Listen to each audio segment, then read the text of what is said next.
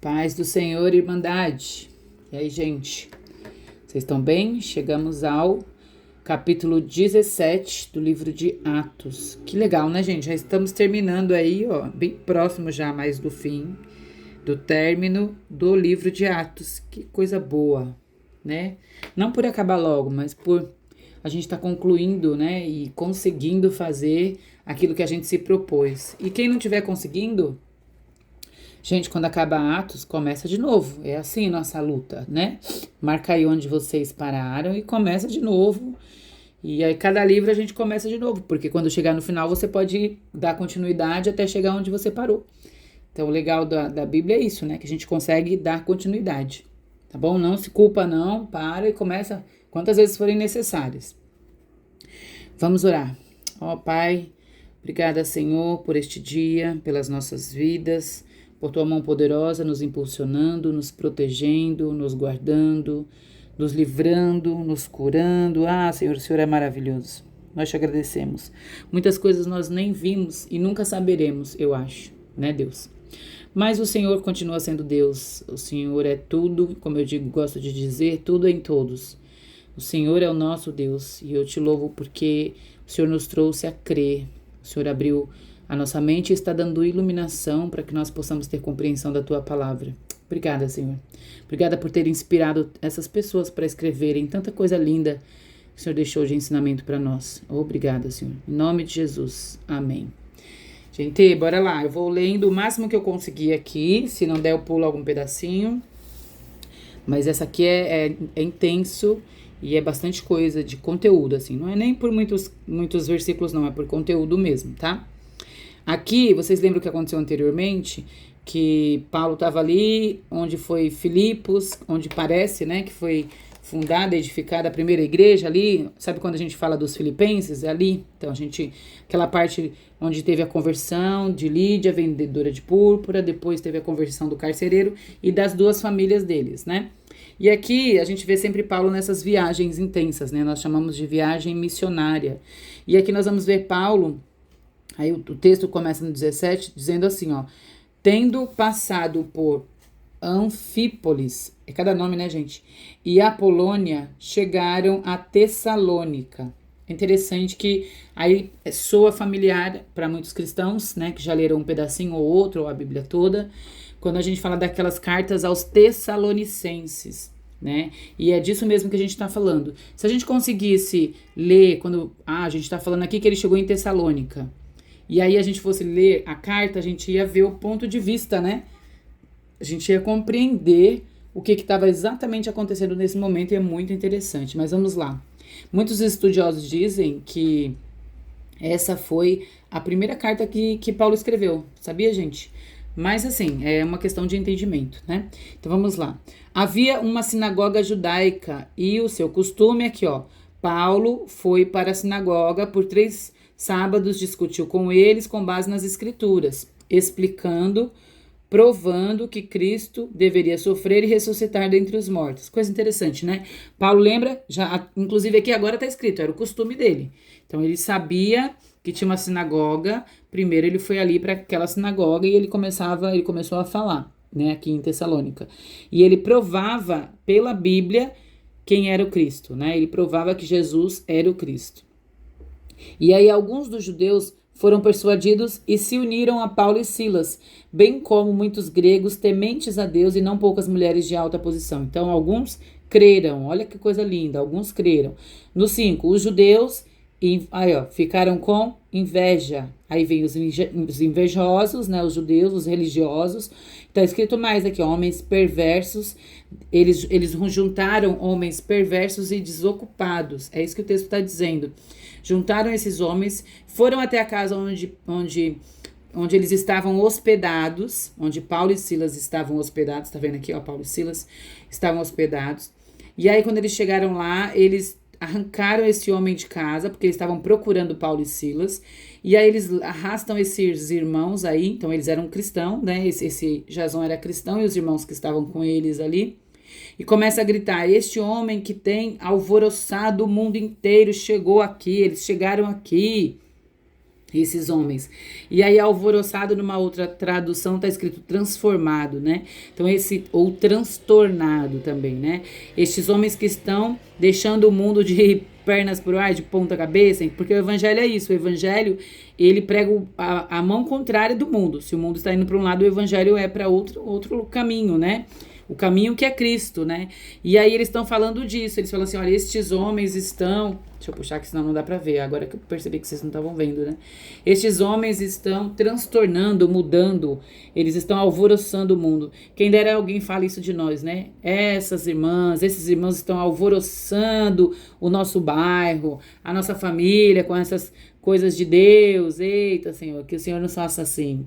E aí, o texto continua, só que eles deturpam a palavra, porque eles dizem assim nessa parte aqui, ó, agindo contra os decretos de César, dizendo que existe outro rei chamado Jesus. Sim, era falado isso, mas que esse reino não era aqui, era bem claro que Jesus não estava aqui, que ele morreu e ressuscitou, olha isso. Mas eles deturparam a palavra para poder ir contra, né, eram os invejosos ali, contra os dois que haviam ali, Paulo e Sila, que haviam começado aquela pregação ali também. E aí eles prenderam, né, o Jason, deixa eu ver se eu falei o nome dele certo, gente. Ouvindo isso, a multidão, os oficiais da cidade ficaram agitados. Jason. Então eles pegaram Jason, prenderam e ele teve que pagar uma fiança para sair. Olha que coisa, gente. Depois disso, começa uma outra parte da história que é bem, bem interessante também. Então, ele foi lá para Tessalônica, teve toda essa situação. Aí ele foi para Bereia. Ó. Quando anoiteceu, os irmãos enviaram Paulo e Silas a Bereia. Quando ele chegou lá, ele foi para onde? Alguém adivinha para onde ele foi? Para a sinagoga. Os bereanos eram mais nobres do que os de Tessalônica. Nobres é no sentido de conhecimento, tá, gente? Pois receberam a mensagem com grande interesse, examinando todos os dias as escrituras para ver se era verdade o que eles anunciavam. Perdão. Então é bem interessante que esses irmãos iam verificar as escrituras, se realmente era verdade aquilo que Paulo e Silas estavam pregando. Então não ficavam só na palavra deles, né? Então Paulo e Silas estavam ali pregando e eles iam para as escrituras, tá escrito que é todo dia eles iam olhar. E é interessante que muitas vezes a gente fica refém de pessoas que têm boa oratória, mas não pregam a palavra. Até abrem a Bíblia e às vezes não lê nem o versículo, né, gente? É misericórdia de Deus, às vezes.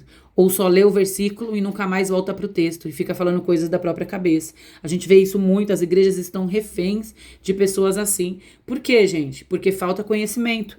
Eles não pregam porque não têm conhecimento das escrituras. E nós temos que ser igual esses bereanos aqui, ó. A gente tem que examinar as escrituras. Tem que olhar para as escrituras, para a Bíblia, conhecendo o texto bíblico, para a gente saber se está sendo pregada a verdade ou não, porque podem distorcer, né? E era isso que eles faziam, e ali está escrito o quê? Creram. Muitos dentre os judeus creram. Ó, tá vendo? Um bom número de mulheres de elevada posição, as mulheres gregas, né? E alguns poucos homens gregos. Então, os gentios também foram acrescentados ali.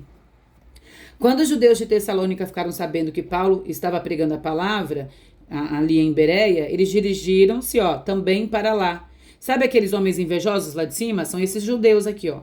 Eles souberam que Paulo estava em Bereia pregando e os irmãos estavam se convertendo ali. Eles foram para lá e começaram a agitar e alvoroçar as multidões no mesmo sentido, causando confusão.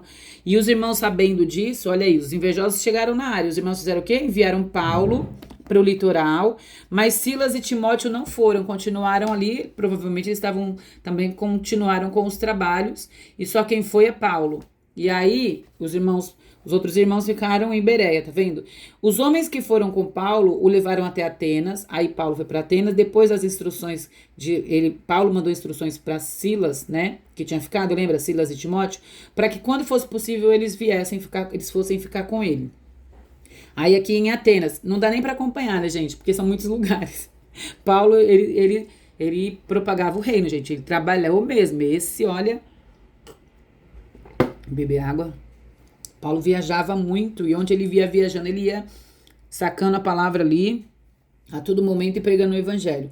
Paulo aí, quando Paulo chegou em Atenas, ele ficou indignado porque a cidade era cheia de ídolos. E realmente, eu fui pesquisar, gente, era ídolo para todo lado que você olhasse, você tropeçava, você caía no ídolo. A cidade era cheia de ídolos. E aí, Paulo ia para onde, gente? Sinagoga. Ele foi para a sinagoga e ele discutiu com os gregos ali.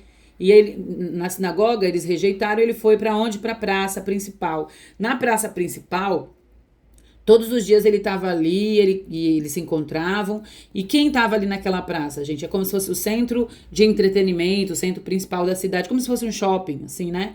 E aí estavam ali os filósofos, epicureus e estoicos. A gente estuda isso, né, gente? Quando eu fui estudar, eu não lembro se meus filhos lembram, mas quando a gente ia estudar para as provas de história e tal, e filosofia, tudo, chegava nessa parte eu falava, olha, na Bíblia, Paulo discutiu com esses caras aqui, e aí eu mostrava, porque isso de fato aconteceu, e é bem interessante. Eram homens cultos da época, filósofos, né? Perdão. E aí, quando Paulo se deparou ali com eles começaram a questionar Paulo e eles diziam assim, o que esse tagarela está falando? O que ele está querendo dizer? Outros diziam assim, parece que ele está anunciando deuses estrangeiros. Então, aí eles diziam isso porque Paulo estava pregando sobre Jesus e sobre a ressurreição. Então, isso mexeu com eles e eles não queriam mais ouvir, começaram a chamar Paulo de tagarela, falar que não tinham ideia, que Paulo tinha ideias estranhas, né? Aí no 21 diz assim, ó, todos os atenienses estrangeiros que ali viviam não se preocupavam com outra coisa senão falar ou ouvir as últimas novidades. Ou seja, Paulo movimentou a cidade. Só se falava disso, entendeu? Porque Paulo ia para a praça principal ali, onde era o ponto de encontro deles, para discutir questões de filosofia, porque eles eram, lembra que eu falei? Filósofos, né? Eles tinham muito conhecimento intelectual na época, né? Paulo levantou numa reunião do Areópago, tá vendo? E diz, atenienses, vejo que vocês em todos os aspectos são muito... Ele começou a pregar para aquele povo de Atenas. Só que é interessante que ele começa... Eu ia ler, mas é melhor eu explicar porque já falta pouquinho aqui, ó. O tempo, não é nem o texto. E aí ele fala assim, ele começa assim, vejo que vocês são muito religiosos. Então Paulo, ele fez uma pregação ali de uma forma respeitosa e começou do ponto de partida que eles eram religiosos, que não deixa de ser verdade, porque eles tinham muitos ídolos. E aí ele fala assim, ó, eu encontrei até um altar com a inscrição ao Deus desconhecido.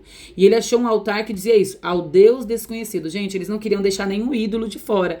E aí eles pensaram assim, se a gente deixou de fazer uma estátua de algum ídolo, a gente pode fazer assim, pra gente não correr esse risco, a gente escreve ao Deus desconhecido. E fizeram isso. E aí, Paulo pega esse gancho e diz assim, olha, o que vocês adoram sem conhecer, ou seja, esse Deus desconhecido, este é o que eu anuncio a vocês. Olha que sabedoria, ele usou aquilo, essa falta deles, dessa história do Deus desconhecido, ele diz, eu tenho esse Deus, e esse Deus é o que eu trago aqui comigo, e deixa eu explicar para vocês. E aí ele começa a falar com eles, e a pregação dele é maravilhosa. E é diferente essa pregação, achei bem interessante, porque ele começa a falar assim, que Deus fez o mundo, tudo que no mundo há, e ele não habita em templos feitos por mãos humanas, que ele dá o fôlego de vida, ele não cobra nada, que as mãos humanas não podem fazer nada para ele porque ele não necessita de nada. E é interessante porque aqui Paulo não partiu da palavra, ele não partiu diretamente da leitura das escrituras, tá? Paulo partiu de outra forma. Quando ele estava falando em Bereia, aos bereanos, aquela igreja que eu falei, eles também eram cultos, mas eles criam nas escrituras, eles começavam a examinar as escrituras. Então, Paulo falou em Bereia e em Tessalônica, que foi no início do texto que a gente está falando, usando as escrituras, usando a palavra. Aquela era a realidade daquelas pessoas. Eles conheciam as escrituras, já que eles conheciam outros inúmeros deuses e muitas outras coisas relacionadas à cultura. E Paulo parte desse ponto da idolatria deles para pregar. Tanto é, gente, que olha que coisa interessante que tem aqui. Paulo cita, inclusive, aqui, ó, ele cita poetas da época, ele parafraseia esses poetas, ele cita o texto dos poetas, ele diz assim, ó, como Paulo era culto, né, gente? Ele diz assim, ó, tá vendo que tá em aspas aqui, ó? Tá em aspas porque não era Paulo falando, era ele citando alguém. Era o 28, diz assim, ó, pois nele vivemos, nos movemos e existimos, como alguns dos poetas de vocês disseram, também somos descendência dele. Se você ver as duas letrinhas que tá aí, a letra A e a letra B, aqui embaixo, ó, a letrinha A letrinha B, essa Bíblia é com referência boa por isso, porque ela diz, ó, A, do filósofo cretense Epimênides, e B, do filósofo Arato de Cilícia. Então, ele citou, tem gente que critica Paulo quando chega nessa parte, vocês acreditam? Ai, que Paulo não devia ter usado coisa do mundo e não sei o quê, que Paulo pregou e pregou a partir do conhecimento daqueles homens. Só que aí Paulo não ficou só nisso, só no oba-oba deles ali, né? E claro, não indo para o lado deles, mas querendo trazê-los por meio do que eles tinham.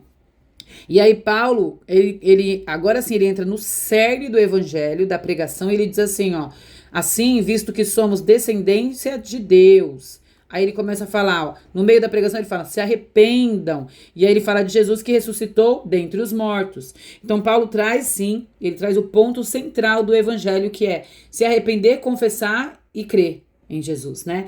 E aí aqueles homens, eles começam a zombar e outros dizem assim, tá, a gente ouve depois a esse respeito. Então eles perderam aquela rica oportunidade, porque se achavam que tinham conhecimento intelectual demais. A gente tem que tomar muito cuidado com isso.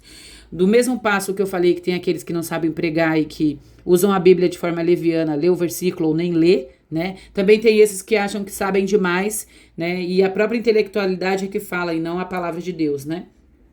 E aí no 34, alguns homens juntaram-se a ele e creram. Olha o que aconteceu? Creram. Entre eles estava Dionísio, membro do Areópago, uma mulher chamada Dâmaris e alguns mais. Olha que interessante. Mesmo as pessoas tão cultas, né? Pessoas com essa cultura toda, tanto livro lá tinha, tanta inteligência. E aí Paulo usou uma outra forma para evangelizar, para ganhar essas pessoas. E ele conseguiu, ele ganhou aquelas pessoas para Cristo. Então, louvado seja o Deus Todo-Poderoso que possa nos dar estratégias para que a gente também consiga levar o evangelho para as pessoas que não têm conhecimento, né, dessa palavra que salva, que nos traz ao arrependimento, que nos faz crer e confessar a Jesus como nosso Salvador, o único e suficiente. E assim seja.